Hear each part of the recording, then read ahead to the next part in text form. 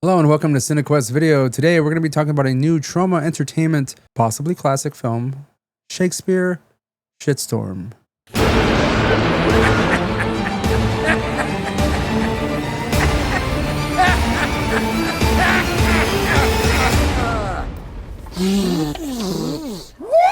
Bryce, this is a movie you talked about a lot prior to us watching this film, and just to be clear on this, just to clarify, my name is Ray, your host. I have Roland and Bryce joining me on this episode, and there was no way in hell I could talk about this movie without the person who was wanting to speak with it the most. Oh yeah, Roland's there too. Yeah. I meant Bryce specifically because Bryce has been wanting to watch this movie for a long time. I even would message. I would message Uncle Lloyd on Instagram to see what was happening, and sometimes I get a message say like, basically saying that I don't know if he had anything to do with it, the distribution, and or when it was gonna appear. Like I don't know anything about any of this movie stuff as far as the back end stuff. So and I'm pretty sure Bryce was under the impression that this movie would have gone straight to Troma's streaming service like immediately, because I know for a long time Lloyd Kaufman was making the rounds in the movie circuits, screening it. He was screening it, doing Q&As and stuff like that. And I think we missed it at some point. Did we not? We were like, it was in Dallas. Yeah. Something like that. Yeah. It was very brief. Yeah, so this movie was made in 2020. So this is 5 years waiting to watch this movie. And I mean, I don't know about you guys, but I mean, it's really it's been that long, my guy. That's crazy. Yeah. This is very a typical Troma Entertainment type of film. And I mean, like, I feel like they decided to like just push it to the limit on this particular film. Yeah. And not to say that they don't do that in every movie, but I feel like this is probably one of the craziest movies I've seen. I mean, because like, mostly true to the Bard's work, by the way. In most of the other movies, I mean, Lloyd Kaufman's usually producer, right? Like he's kind of the guy. He'll seem like he's a background character or something. And in this one, like, I mean, yeah, he wrote and directed this one, so and he plays two characters. He plays a lot of screen time on this thing. And he's one of the main characters as well, kind of thing. And he does multiple roles. And he plays. He's the only one. They do reuse. Yes. He plays Prospero and Antoinette, which is kind of like it almost seemed like a Glenn and Glenda kind of thing. If you don't know where that's from, that is the Plan 9 from Outer Space thing. So this is supposed to be a crude parody of William Shakespeare's The Tempest. And basically, let me give you the quick IMDb synopsis on how it tries to condense this movie in like a few brief sentences. In a crude parody of William Shakespeare's The Tempest, Prospero lures a boatload of pharmaceutical executives to Tromaville, New Jersey. That's it. I don't know if you can like, as far as the description of this movie, it's considered a comedy, horror, musical, and I mean, Troma is not a stranger to musicals. I mean, you got Cannibal the Musical. I'm pretty sure, I can't really recall off the top of my head. Maybe you can, Bryce. Past films that we've watched of Troma that have broken into music or a song at some point. Not off the top of my head, but yeah there's a couple of other instances. Yeah, so like we're reviewing this movie, guys. Like, what did you think about this movie? I mean, Bryce, you should go first. This is one that you've been wanting to watch for a long time. I mean, it lived up to what I was expecting. I mean, it was Troma. Like, it's good to see that. I would say that this one almost has like a little bit more of a production value than I've seen in some Troma. Like, I mean, like practical effects, whatever that means for a Troma movie. But like some of the practical effects, especially at the end, was pretty impressive for like what it is like for Troma. But a lot of non like PC humor, I guess if you want to say. It's like a lot of nudity. You know, they just really like to push that with the sexual jokes and everything. So, I would say that Lloyd Kaufman, he kept true to his his what he cut his bones on. You know what I mean, or what he made his bones on. Like I don't know, man. I don't know what I was expecting from it, but it was pretty wild. So I will say I didn't know what I was expecting from this movie necessarily either. They had like some kind of loose adaptation with Romeo and Juliet in the past, but that was written by James Gunn. So you would say like the story is a bit more refined in that film, if that's saying anything. But with their attempt on this one here, again, I wasn't exactly sure what they were going for. And they did stay true to the title of Shitstorm, because that does happen in the movie. And like the first few minutes of this movie were pretty wild, because I mean it shows like a person unaliving themselves in front of a child, and like blood getting splattered on the child. That's a person. That's wild. You mean the woman from the Terrifier series? That's who that actress is. Who? Yeah, she plays Dawn. Oh, the one that I don't know, dude. Dude, I can't. That's Catherine Corcoran, Miranda's mom. Yeah, so that was a pretty wild. Honestly, that's a good point, man. With the kid, there's a lot of like scenes involving that kid. It's just kind of like what the blood. There's the blood another on the face, and then like there's Lloyd always something running around with her, like holding her like almost the head and shit. I was like, what? Yeah, and then like later on in the film, he's supposed to be like pushing her around on a stroller and like pushing her through like the alleyways. At one point, she's like hanging his arm or something. Yeah, so he's like holding her like that, like dropping her. Head and shit. Yeah, and he's pushing her through like a funny one time too. There's another scene where it's like is it at the party where there's a kid? No, it's no. It's the kid is with the mob. He's with the mob, and they're like trying to get in. Oh, that's right. It was I think they're trying to get into the bar, and like the little, like all of them are like protest, rah rah, and the little kid is the one that says kill him, something like that, and then that's what triggers the social justice murder mob. Yeah. They do make a lot of they poke fun a lot of like social justice warrior culture. Yeah. I did find it pretty funny whenever they had to like gather all the social justice warriors, and they had like a snowflake beam that the snowflake signal. Yeah. There's there's no subtlety here. Yeah, subtlety be damned in Troma entertainment movie. Like it's just, but like he also sticks down to the Black Lives Matter, Fat Lives Matter. Or down to freaking Lloyd Kaufman dropping the N-word. That was wild, dude. I was like, oh my god, dude. Oh shit. I mean, not even the wildest thing. That's just the wildest thing he probably might have said. Yeah, also, on camera. Yeah. The whole opioid thing, that was kind of big at the time. Well, I guess it still is, right? Like, obviously, ramifications still to this day, of course. But that was kind of a big thing of, that was kind of I guess a commentary if you want on. But it's like funny when he's like, "Oh, I didn't know what I do." So there I was, like with my settlement of $5 million. And no, did he say 5 million? I heard like 225 million. Oh, 220 million. Yeah, like it was a lot of money. He's like, my meager 200 and some million dollars. Yeah, settlement. Yeah. And he goes into buy a crack building. That was wild. It's because everybody likes you when you cure diarrhea, guys. Yeah. Everybody. That's how you make the big bucks. You cure diarrhea. The shits. Oh my god. Roland, what do you think? What do you think of this movie as a whole, Roland? Like, because I know like this is you first saw like a few hours ago. So like, what's Was there a Poultry Guys 3? There wasn't, right? There's only 2. No, there's only 1, isn't there? Or is there 2? I'm pretty sure there was a second one. I don't know. We watched this one. We saw the first one. I don't recall a second one that we watched at all. Well, this is like another Poltergeist movie to me, basically. The end, because of how I would say, over the top.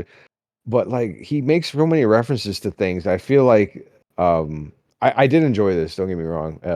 But man, like he really pushes the limit between like boring and like schlock somehow combined into one. There's no middle ground. It's either just like, oh my god, get to the point. I know it's a joke. Come on. Or it's just like, holy shit, what orifice is going to be penetrated next? Let's make some that's kind up. of always his style, though, isn't it? Like he it's very schlocky humor. Like, Very schlocky and like, well, like I mean, as far as the like the I wanted to say the atmosphere of each scene. No, the like the pacing of each scene is bipolar as hell. Like it's hard to keep up because he just keeps you constantly changing shit.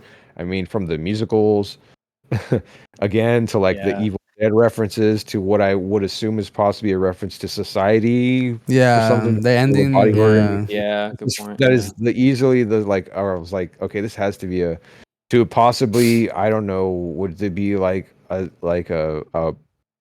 porn parody of version of the Island of Dr. Moreau with those weird sex animals? I don't know, man. Like the I will say it straight up. It becomes like a war concert at one part. I don't know.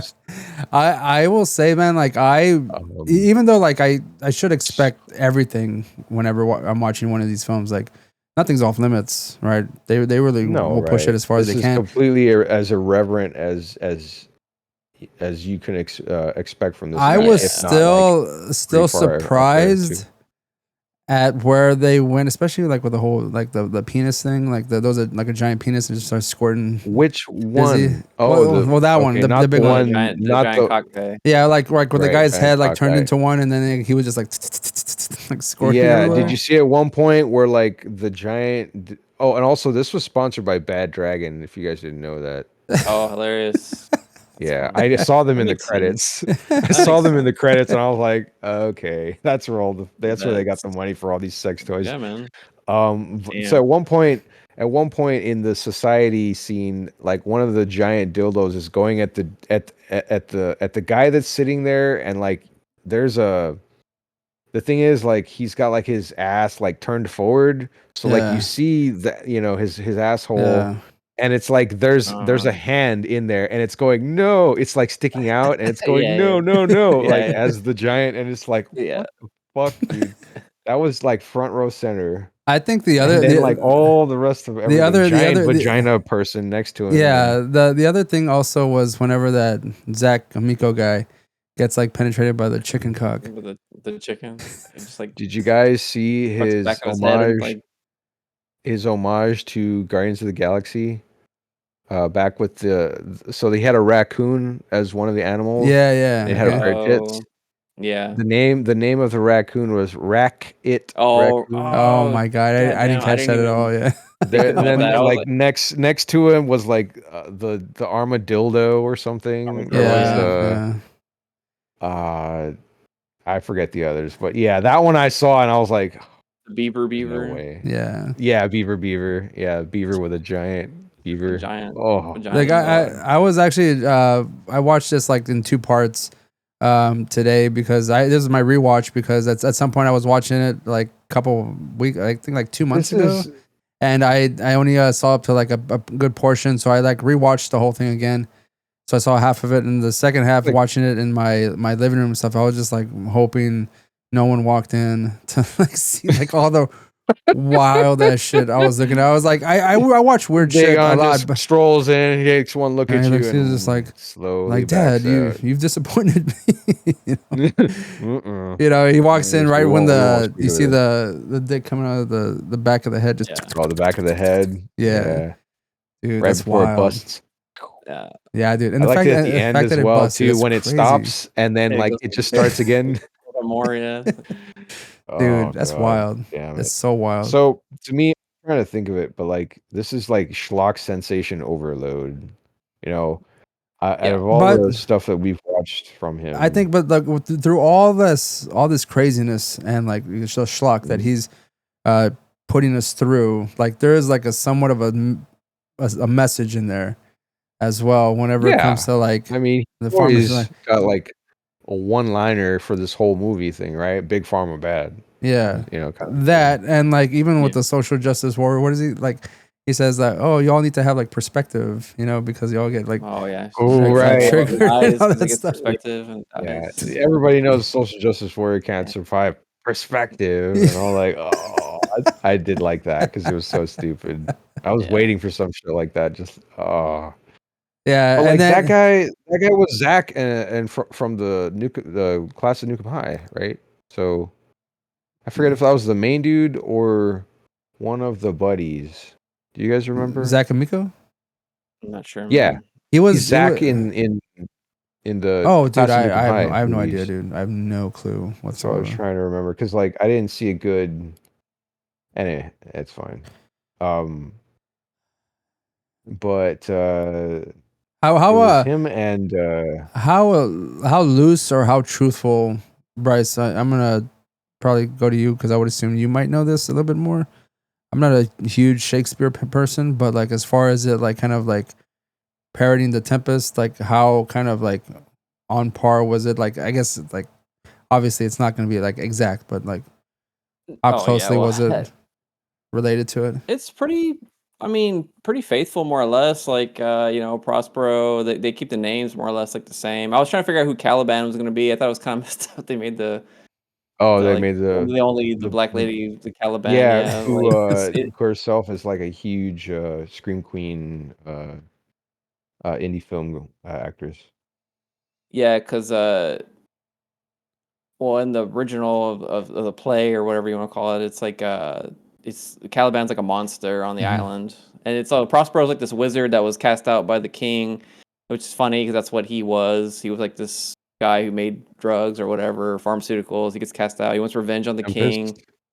Yeah, and so the king comes, like he strands him on the island that he's on, and pretty much like as this movie plays out, is kind of like how the story, obviously like with more modern stuff in it, but it's pretty faithful to how it goes. Like even I think her name's Ariel, the chick in the wheelchair. Yeah, she's like in the Tempest. There's a fairy that like kind of like does like spirits. Like it's like there's a spirit on the island, and it's Ariel, and Prospero controls her, and he kind of has her do like stuff against the people that the king he has stranded on the island with him. Like he has them kind of torment him and stuff like that.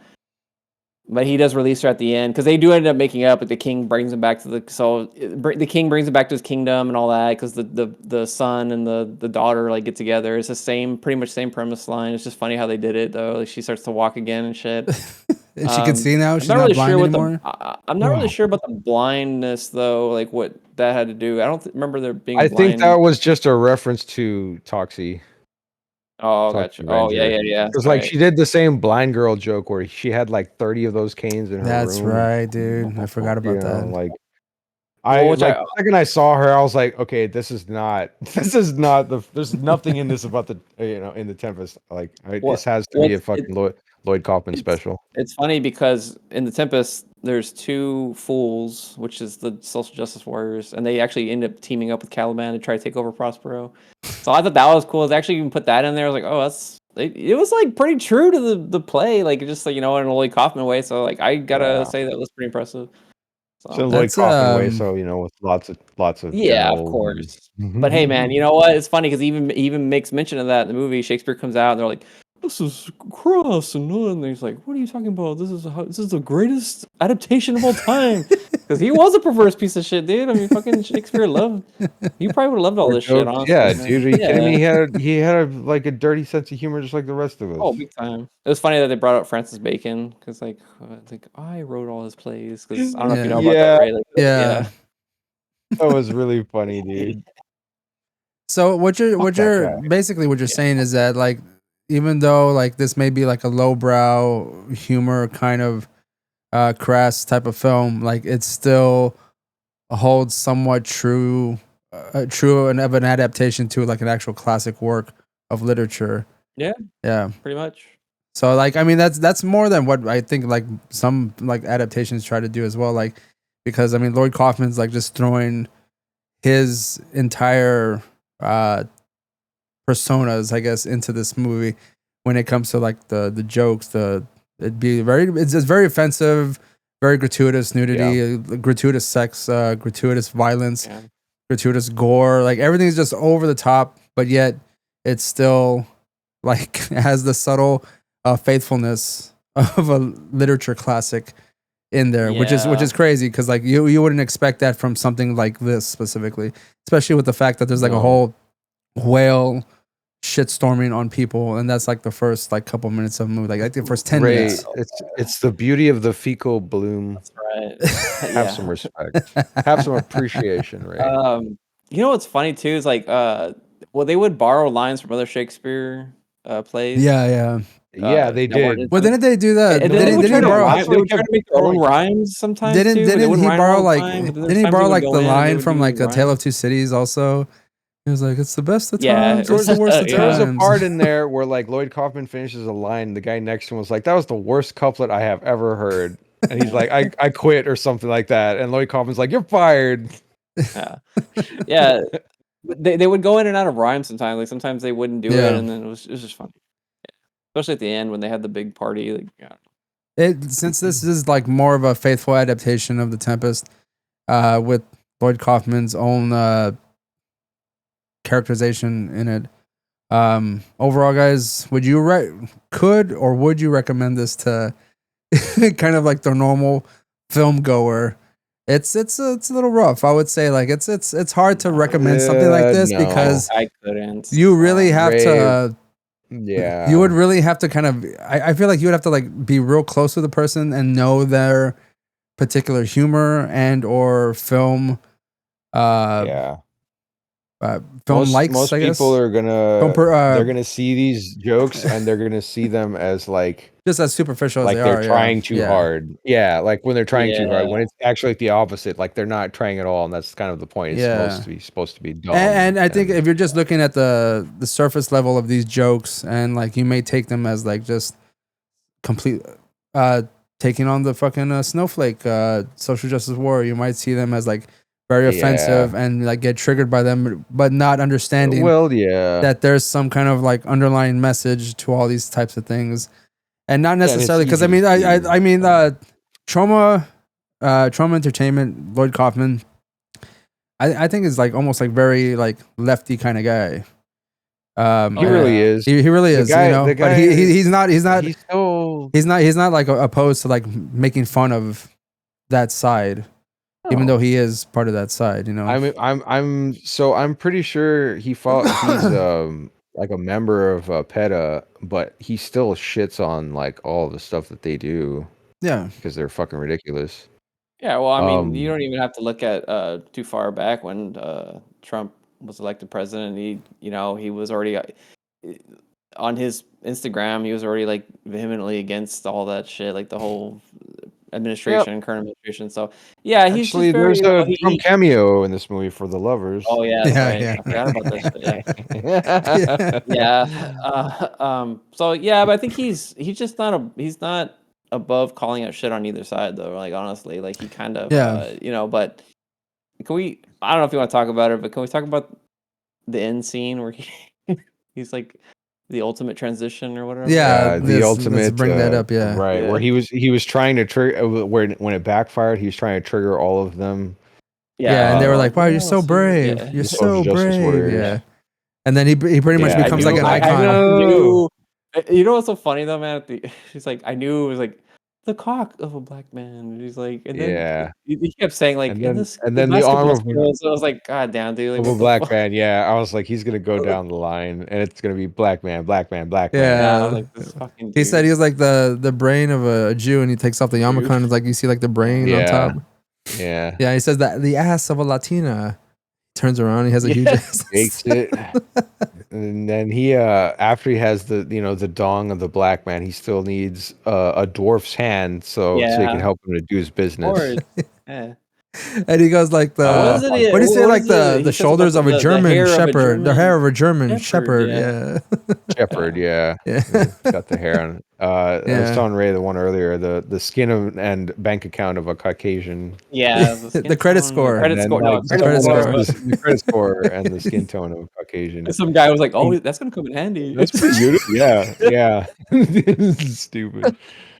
I love how for like every 9 like schlocky, low hanging fruit, just like raunchy jokes, like there's one in there that's just like real quick, or it's like something in detail that's hilarious. I did like when he was dumping on the social justice warriors, how like that guy was going on at length about how he's gotten perspective and how it's like, oh no, and it kind of sucks to be like to seem like shallow about everything, and like nothing is funny, nothing in this world is funny, and like all that kind of just oh man, I do like that stuff because then it's just out of nowhere and you're just laughing.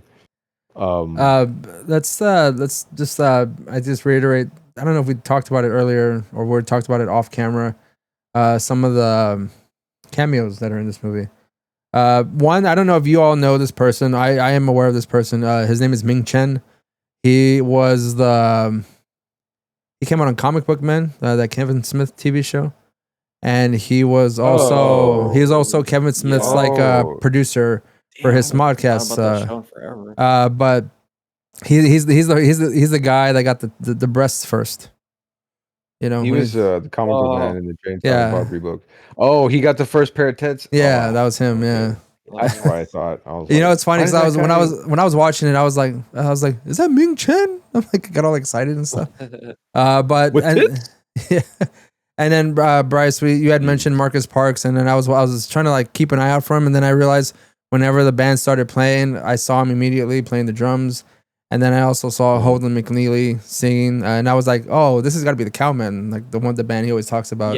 Being a part of. I forgot that Holden McNeely was, or Holden Neely or McNeely. I'm sorry, I forgot that he was in that band. But when I saw the drummer and it was like the skull and everything, I was like, the skull makeup. I was like, wait, is that? Well, you could just tell even by his face, dude. Like Cowmen, past the makeup and everything, you can like just the features of his face. Man, who else was in this movie? I felt like there was like, again, we said the Zach Amico guy came out dressed as a woman against I mean, like a lot of the main characters had been in other horror movies. I'll be honest. There's probably a lot of cameos. I just don't know. Like you can tell they lingered on people and like, oh, I'm supposed to know who this is, but I didn't. There was like a kind of Italian looking guy at one point that they kept like, and I don't know who that's supposed to be. You can tell that they're like, oh, he's supposed to be somebody, but I don't know, man. Like, I wish they would like bring James Gunn just in the background and like participate in this stuff, or Trey Parker, or like anyone who's worked with them. Like he these should have paid it back because he had Lloyd Kaufman and Guardians of the Galaxy. Yeah, he's just in the back, like doing the green, the Tempest drug and stuff. Yeah, that would have been funny. Yeah, what else? I wouldn't recommend this to people that aren't into really Troma films, though, because there's like way too much body fluids in this. So yes, but like it's also like going to be like we said before, is just an excessive amount of nudity. Excessive. It's excessive. It's meant to offend you or whatever, but it's still cartoonish as fuck. So. It is. One other person though I did recognize is the guy from the Last Drive-In. It's like he does like the announcements sometimes where he sings. Okay. You know what I'm talking about, Ray? Yeah, I know what you're talking about. Yeah, I wouldn't recognize him, to be honest with you. Like I just know him from the show, but I wouldn't recognize him outside of that arena. Can't remember where he comes out, but he comes out for a little bit. I was like, oh, that's the guy from the Last Drive-In, but that's the only one I remembered. Other than would you guys like to be in a production of this movie, a movie like this for Troma? Yeah, it's funny because but I couldn't handle it. I don't want to be shit on. I couldn't handle it. I don't think I want to be dumped on. Oh, see, Ray, you couldn't do it, right? I couldn't do it. They would need. I don't want to be swinging around sex toys either. Yeah, maybe not. Well, see, I don't care about that. The whole swinging around sex toys or getting shit on. I don't care about that. Just don't put any like prosthetics on me. Like I might freak out. Yeah, that's what they would require. That's the thing. That's your problem. Yeah, that is my problem. They're gonna be like, all right, Ray, time to confront your demons. Like, put on this clown mask, right? And they're like, it's either that, or you're gonna stick this dildo up your butt. I'm like, taking the dildo, please. Take me the dildo. How many? Just one? Not a problem. It could be simulated. They don't have to I just grab it. I'm like, all right, like, are we filming already? Like, you didn't have to put it in yet, dude. Like, no. But I like your attitude. Like, your tenacity is really inspiring. We're gonna make you a star. Mm-hmm. I guess I do have to ask. Like, I'm assuming there's probably a lot of like, I'm sure there's a lot of people in the porn industry that make a cameo or actors in this movie. Ron Jeremy. Ron Jeremy came out shit, I too. forgot about That's Ron right. Jeremy. Which Yeah. I was like, Old-ass where did they dig him up out of his goddamn Jail cell? dementia retirement home or Is something? jail I was like, cell? get the fuck Isn't he outta supposed to here. be in jail? He was, but then I think they just led him to a retirement home because he's got dementia. So like his brain. Well, he apparently could say his lines. He's in his own prison now. Yeah. Nah, fuck Prison of him. the mind. Yeah, no, I immediately saw him and I was like, another one. Fuck. All right, whatever. Well, it's fine. I know what else to talk about this movie. I mean, there's like just like little bits of characters that I enjoyed the blind girl. I thought she was actually pretty funny. You know, like the way she kind of like approaches her blindness, even though it's like very quirky and very like animated. You know, like whenever she's like when she first meets that guy and she's backing up, she's like, "Damn it, where is it? There it is." You know, like the door or whatever the fuck. And then like she breaks into song somehow and she's like singing around her room when she finds out she can like masturbate and stuff like that. That's just wild. I liked Caliban's character. She was pretty funny. At one point she like uppercuts that other guy with her titty when she's fighting him. Yeah. It looks like he's motorboarding her, but she's actually like speed bagging him with her tits, and then she just I know, like that other person like says like that guy was gonna like hurt that girl, and they're talking about the black chick, and she's like, "What? Oh yeah. Oh yeah. Listen, sir." Like, because the two guys are trying to like, they're tricking the blind girl, like people or whatever. Yeah, she's like, "Pet the ferret," and she's like, "Just fucking pet the ferrets." Yeah, these ferrets must really like me. And, like, it was like, Christ. dude, what the fuck? That was bad. It's like, we were here stopping this black guy or whatever. Yeah. Oh yeah. Dude, it's wild. Good job. You guys get us. You guys can go. Well, I'll take care of this. You know, like Jesus. Well, you know, it's funny whenever I texted you, Roland, when you were watching this movie, and then like last night, Bryce, you were watching this. You literally both had the exact same response when I asked you like how or like how's it going with the movie and stuff like that. And like Bryce, you both said exactly the same thing. You're like, this movie's wild. Like, like yeah, like, it is. It's like, well, that's I think at that point was when he threw out the N-word, and I was like, whoa. I was like, what the hell? I had the subtitles on, so yeah. Yeah, no, I did too. I was honestly. I was making sure, like, what?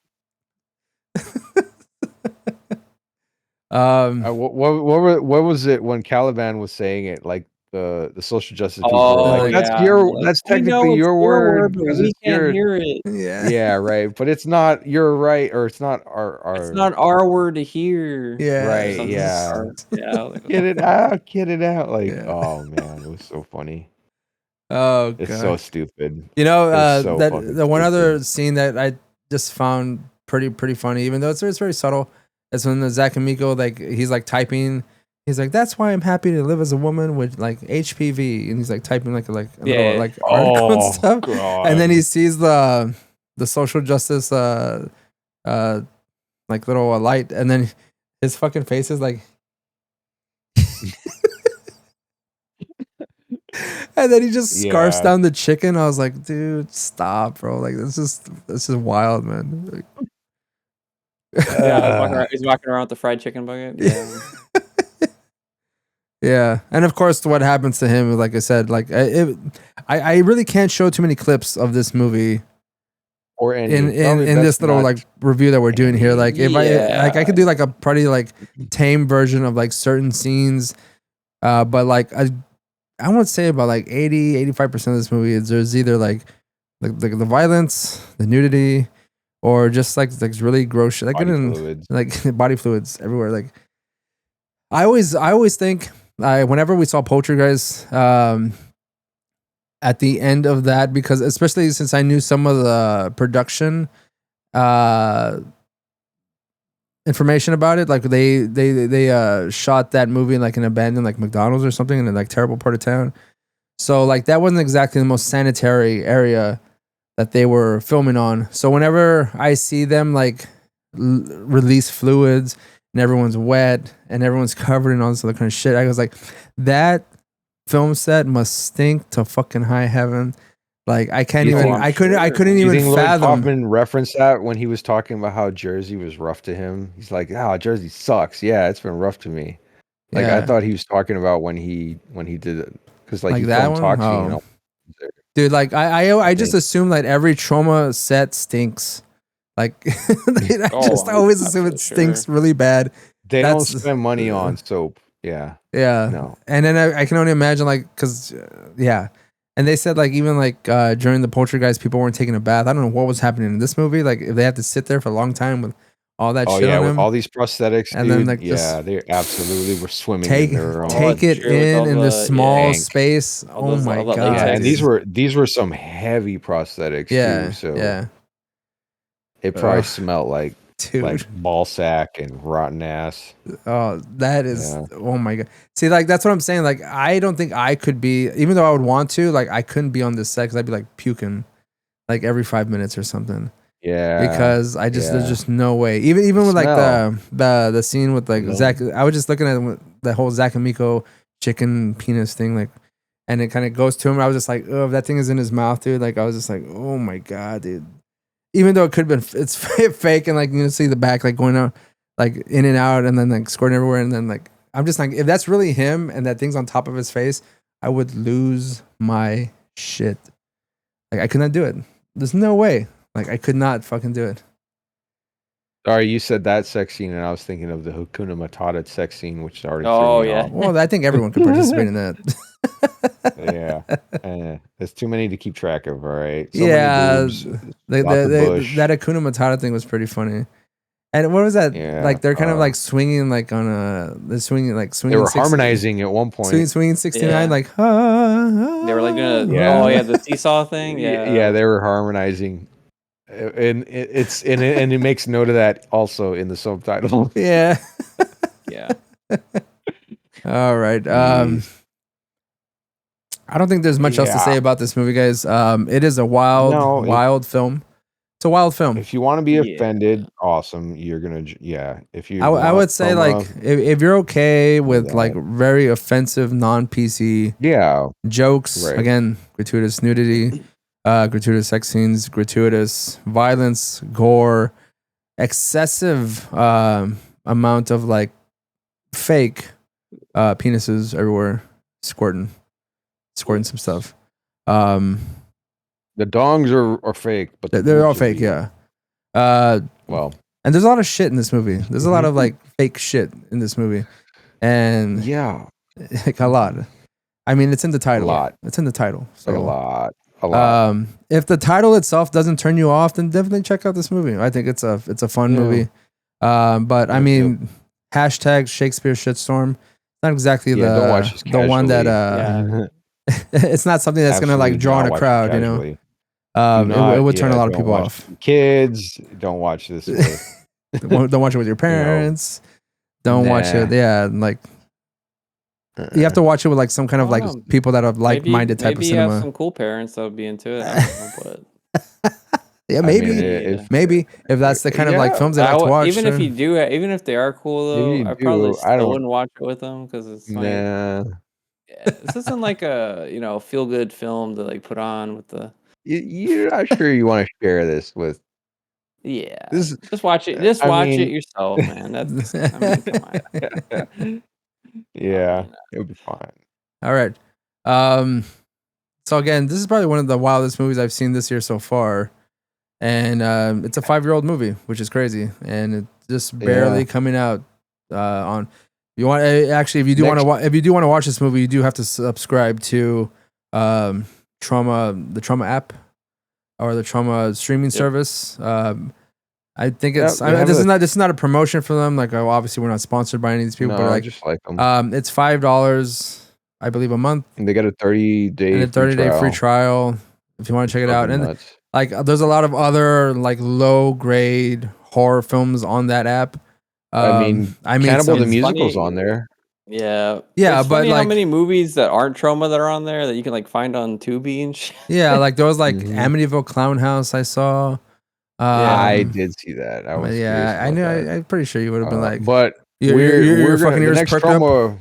A little bit, yeah. Next Troma we're gonna check out though is Toxic Avenger, right? That's the plan. Well, the remake, yes, and hopefully up until leading up to that, we're gonna check out the rest of the Toxic Avenger films.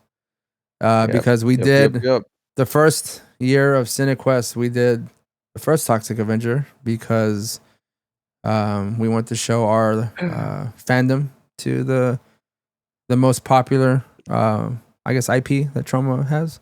I was trying to remember another reference that I saw in this movie, and it just reminded me. But they reused the scene perfect. The car crash. Car flip. Exactly. They reuse that car crash. That car crash. Like, oh, yes. Because it's been used in so many fucking movies at this point. Yeah. Like, hell yeah. That when I saw it turn like this, I was like, these fuckers are using the same fucking car crash. Yes. Oh yeah, that was great. Oh, I loved it. All right. I like their loyalty. All right. So yeah, definitely check it out if you like. You will have to get the app or the streaming service for that.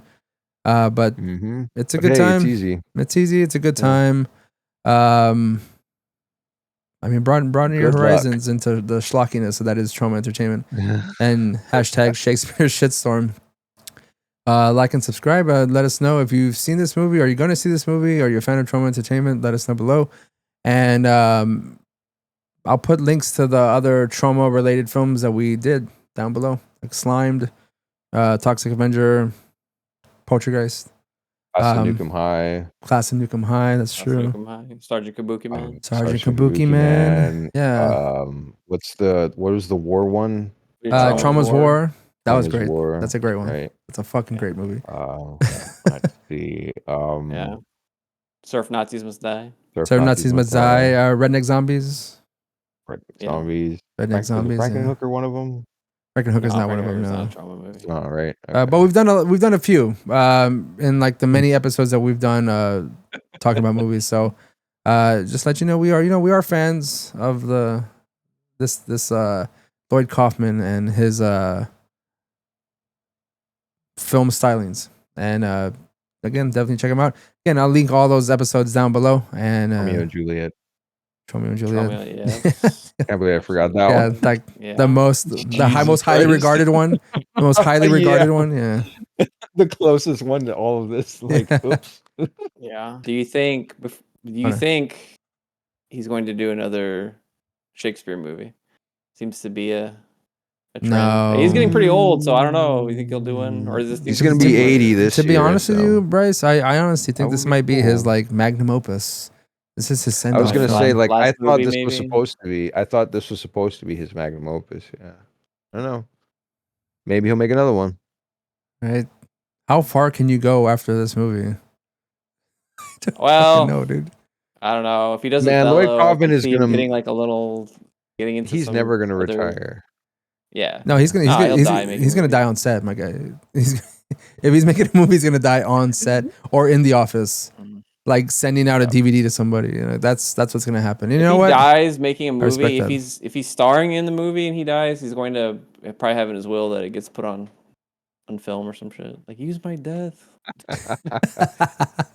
he's gonna use like some kind of like Brandon Lee punch up. Like it's gonna be some kind of like legendary thing. Like he either died on set or like someone poisoned him or something. Like Donald Trump poisoned him or something like that. The administration said you can't make this movie that talks about Donald Trump, and he was like, and he did it anyway. I did it anyway. Well, it's funny. Like, be damned. You made a reference to Brandon Lee, but it's like, so you're saying like it's gonna be there's supposed to be a blank in the loaded cock, and he actually got hit by a real load or something. And well, they probably like shoot off like a fake cock at him, and then like he gets stabbed by it, and he's like fucking just like stuck in his chest or something. There just happened to be a razor blade on the tip. I don't know.